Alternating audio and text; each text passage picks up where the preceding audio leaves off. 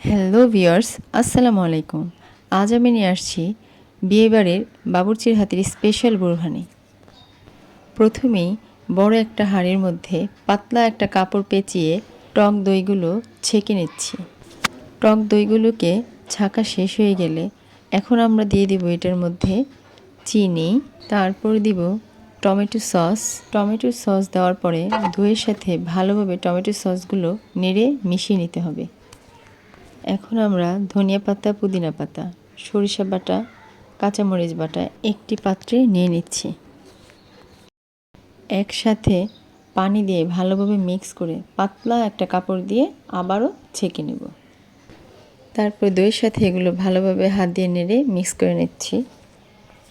ধনিয়ার গুঁড়া, জিরার গুঁড়া, গোলমরিচের গুঁড়া একসাথে পানি দিয়ে ভালোভাবে মিক্স করে আবারও আমরা দইয়ের উপর ছেঁকে নেব। এখন আমরা দিয়ে দিচ্ছি পরিমাণ মতো বিট লবণ। সমস্ত উপকরণ দেওয়া শেষ। এখন বুরহানিগুলো ভালোভাবে মিক্স করে নেব। মিক্স করা হয়ে গেলে আমাদের হয়ে যাবে স্পেশাল বিয়েবাড়ির বাবুর্চির হাতের বুরহানি।